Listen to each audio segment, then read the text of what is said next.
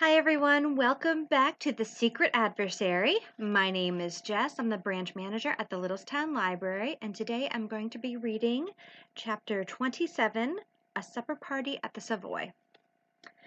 The supper party given by Mr. Julius Hersheimer to a few friends on the evening of the 30th will long be remembered in catering circles. It took place in a private room, and Mr. Hersheimer's orders were brief and forcible. He gave carte blanche, and when a millionaire gives carte blanche, he usually gets it. Every delicacy out of season was duly provided. Waiters carried bottles of ancient and royal vintage with loving care. The floral decorations defied the seasons, and fruits of the earth as far apart as May and November found themselves miraculously side by side. The list of guests was small and select. The American ambassador, Mr. Carter, who had taken the liberty, he said, of bringing an old friend, Sir William Beresford, with him, Archdeacon Cowley, Dr. Hall, those two youthful adventurers, Miss Prudence Cowley and Mr. Thomas Beresford, and last, but not least, as guest of honor, Miss Jane Finn. Julius had spared no pains to make Jane's appearance a success. A mysterious knock had brought Tuppence to the door of the apartment she was sharing with the American girl.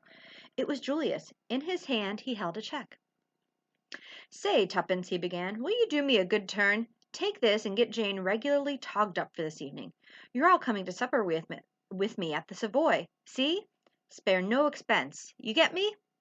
"Sure thing," mimicked Tuppence. "We shall enjoy ourselves.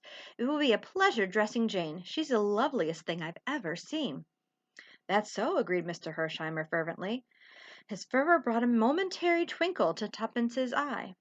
"By the way, Julius," she remarked demurely, "I haven't given you my answer yet." "Answer?" said Julius. His face paled. "You know, when you asked me to marry you," faltered Tuppence, her eyes downcast in the true manner of the early Victorian heroine. "And wouldn't take no for an answer? I've thought it well over." "Yes?" said Julius. The perspiration stood on his forehead. Tuppence relented suddenly. "You great idiot!" she said. "What on earth induced you to do it? I could see at the time you didn't care a twopenny dip for me." "Not at all. I had, and still have, the highest sentiments of esteem and respect, and admiration for you." Said Tuppence. "Those are the kind of sentiments that very soon go to the wall when the other sentiment comes along. Don't they, old thing?" "I don't know what you mean," said Julius stiffly, but a large and burning blush overspread his countenance. "Shucks!" retorted Tuppence. She laughed and closed the door, reopening it to add with dignity, "Morally, I shall always consider I have been jilted." "What was it? What was it?" asked Jane as Tuppence rejoined her. "Julius. What did he want?" "Really, I think he wanted to see you, but I wasn't going to let him, not until tonight, when you're going to burst upon everyone like King Solomon in his glory. Come on, we're going to shop." To most people, the 29th, the much heralded Labor Day, had passed much as any other day. Speeches were made in the Park and Trafalgar Square. Straggling processions singing the red flag wandered through the streets in a more or less aimless manner. Newspapers, which had hinted at a general strike and the inauguration of a reign of terror, were forced to hide their diminished heads. The bolder and more astute among them sought to prove that peace had been effected by following their counsels. In the Sunday papers, a brief notice of the sudden death of Sir James Peel Egerton, the famous K.C., had appeared. Monday's paper dealt appreciatively with the dead man's career. The exact manner of his sudden death was never made public. Tommy had been right in his forecast of the situation. It had been a one-man show. Deprived of their chief, the organization fell to pieces. Kremenin had made a precipitate return to Russia, leaving England early on Sunday morning. The gang had fled from Astley Priors in a panic, leaving behind, in their haste, various damaging documents which comprised them hopelessly. With these proofs of conspiracy in their hands, aided further by a small brown diary taken from the pocket of the dead man, which had contained a full and damning resume of the whole plot, the government had called an 11th-hour conference. The labor leaders were forced to recognize that they had been used as a cat's paw. Certain concessions were made by the government and were eagerly accepted. It was to be peace, not war. But the cabinet knew by how narrow a margin they had escaped utter disaster, and burnt in on Mr. Carter's reign was the strange scene which had taken place in the house in Soho the night before. He had entered the squalid room to find that great man, the friend of a lifetime, dead, betrayed out of his own mouth. From the dead man's pocketbook he had retrieved the ill-omened draft treaty, and then and there, in the presence of the other three, it had been reduced to ashes. England was saved. And now, on the evening of the 30th, in a private room at the Savoy, Mr. Julius P. Hersheimer was receiving his guests. Mr. Carter was the first to arrive. With him was a choleric-looking old gentleman, at sight of whom Tommy flushed up to the roots of his hair. He came forward. "Ha!" said the old gentleman, surveying him apoplectically. "So you're my nephew, are you? Not much to look at, but you've done good work, it seems. Your mother must have brought you up well after all. Shall we let bygones be bygones, eh? You're my heir, you know, and in the future I propose to make you an allowance, and you can look upon Chalmers Park as your home." "Thank you, sir. It's awfully decent of you." "Where's this young lady I've been hearing such a lot about?" Tommy introduced Tuppence. "Ha!" said Sir William, eyeing her. "Girls aren't what they used to be in my young days." "Yes, they are," said Tuppence. "Their clothes are different, perhaps, but they themselves are just the same." "Well, perhaps you're right. Minxes then, minxes now." "That's it," said Tuppence. "I'm a frightful minx myself." "I believe you," said the old gentleman, chuckling, and pinched her ear in high good humor.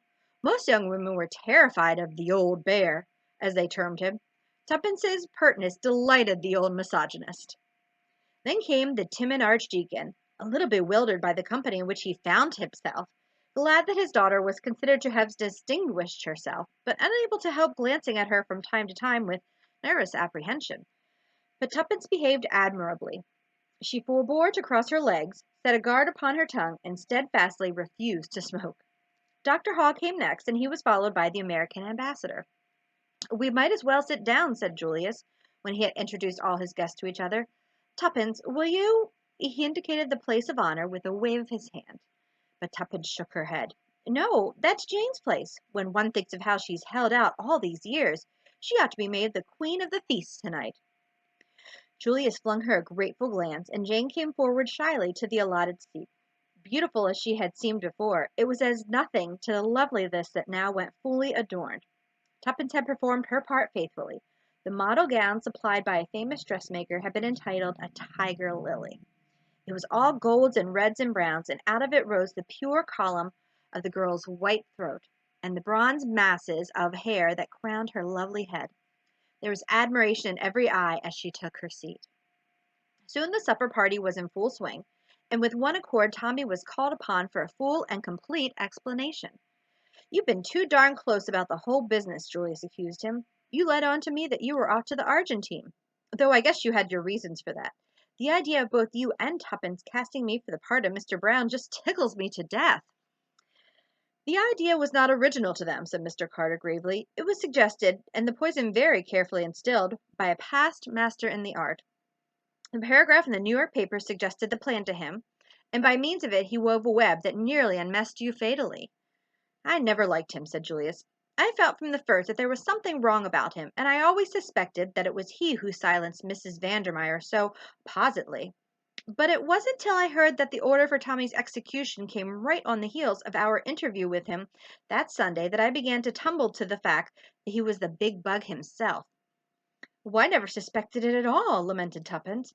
"I've always thought I was so much cleverer than Tommy, but he's undoubtedly scored over me handsomely." Julius agreed. "Tommy's been the goods this trip, and instead of sitting there as dumb as a fish, let him banish his blushes and tell us all about it. Hear, hear!" "There's nothing to tell," said Tommy, acutely uncomfortable. "It was an awful mug, right up to the time I found that photograph of Annette and realized that she was Jane Finn. Then I remembered how persistently she had shouted out that word, Marguerite, and I thought of the pictures, and, well, that's that. Then, of course, I went over the whole thing to see where I'd made an ass of myself." "Go on," said Mr. Carter, as Tommy showed signs of taking refuge in silence once more. "That business about Mrs. Vandermeyer had worried me when Julius told me about it. On the face of it, it seemed that he or Sir James must have done the trick, but I didn't know which. Finding that photograph in the drawer, after that story of how it had been got from him by Inspector Brown, made me suspect Julius.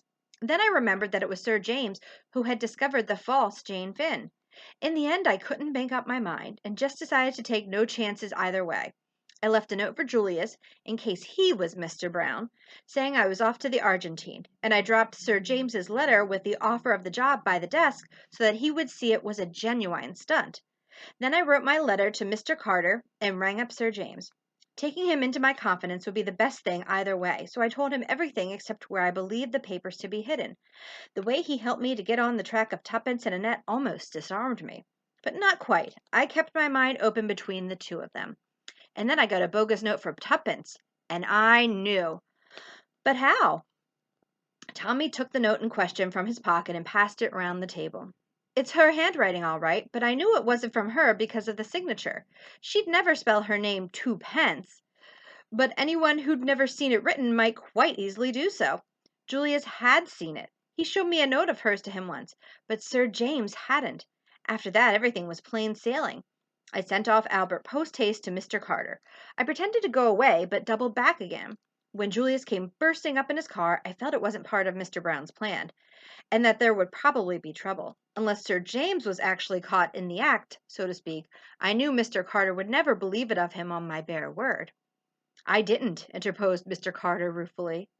That's why I sent the girls off to Sir James. I was sure they'd fetch up at the house in Soho sooner or later. I threatened Julius with the revolver because I wanted Tuppence to repeat that to Sir James, so that he wouldn't worry about us. The moment the girls were out of sight, I told Julius to drive like hell for London. And as we went along, I told him the whole story. We got to the Soho house in plenty of time and met Mr. Carter outside. After arranging things with him, we went in and hid behind the curtain in the recess. The policeman had orders to say, if they were asked, that no one had gone into the house. That's all. And Tommy came to an abrupt halt. There was silence for a moment. By the way, said Julius suddenly, you're all wrong about that photograph of Jane. It was taken from me, but I found it again. Where? Cried Tuppence. In that little safe on the wall in Mrs. Vandermeyer's bedroom. I knew you found something, said Tuppence reproachfully. To tell you the truth, that's what started me off suspecting you. Why didn't you say? I guess I was a mite suspicious, too.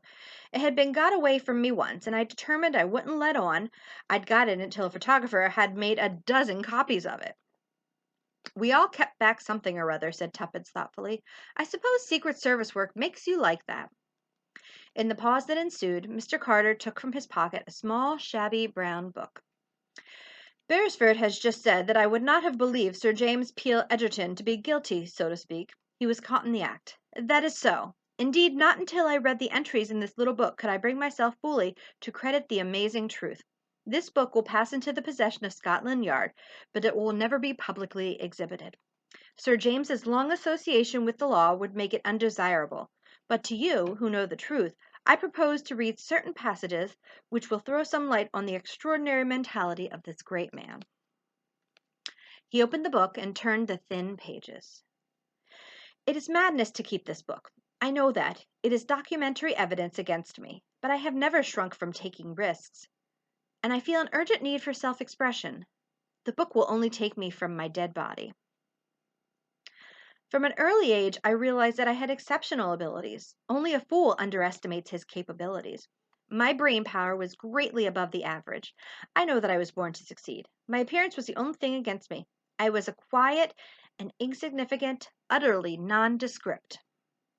When I was a boy, I heard a famous murder trial. I was deeply impressed by the power and eloquence of the counsel for the defense.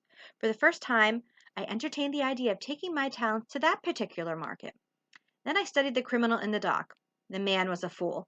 He had been incredibly, unbelievably stupid. Even the eloquence of his counsel was hardly likely to save him. I felt an immeasurable contempt for him. Then it occurred to me that the criminal standard was a low one. It was the wastrels, the failures, the general riffraff of civilization who drifted into crime. Strange that men of brains had never realized its extraordinary opportunities. I played with the idea. What a magnificent field! What unlimited possibilities! It made my brain reel. I read standard works on crime and criminals. They all confirmed my opinion. Degeneracy, disease, never the deliberate embracing of a career by a far-seeing man. Then I considered. Supposing my utmost ambitions were realized, that I was called to the bar and rose to the height of my profession. Then I entered politics, say, even that I became Prime Minister of England. What then? Was that power? Hampered at every turn by my colleagues, fettered by the democratic system of which I should be the mere figurehead. No, the power I dreamed of was absolute. An autocrat, a dictator, and such power could only be obtained by working outside the law. To play on the weaknesses of human nature, then on the weaknesses of nations to get together and control a vast organization, and finally to overthrow the existing order and rule. The thought intoxicated me. I saw that I must lead two lives. A man like myself is bound to attract notice. I must have a successful career which would mask my true activities. Also, I must cultivate a personality. I modeled myself upon famous K.C.'s. I reproduced their mannerisms, their magnetism. If I had chosen to be an actor, I should have been the greatest actor living. No disguises, no grease paint, no false beards. Personality, I put it on like a glove. When I shed it, I was myself, quite unobtrusive, a man like every other man. I called myself Mr. Brown. There are hundreds of men called Brown. There are hundreds of men looking just like me. I succeeded in my false career. I was bound to succeed. I shall succeed in the other. A man like me cannot fail. I had been reading A Life of Napoleon. He and I have much in common. I make a practice of defending criminals. A man should look after his own people. Once or twice I have felt afraid. The first time was in Italy. There was a dinner given by Professor D. The great alienist was present. The talk fell on insanity. He said, "A great many men are mad, and no one knows it. They do not know it themselves." I do not understand why he looked at me when he said that. His glance was strange, and I did not like it. The war has disturbed me. I thought it would further my plans. The Germans are so efficient. Their spy system, too, was excellent.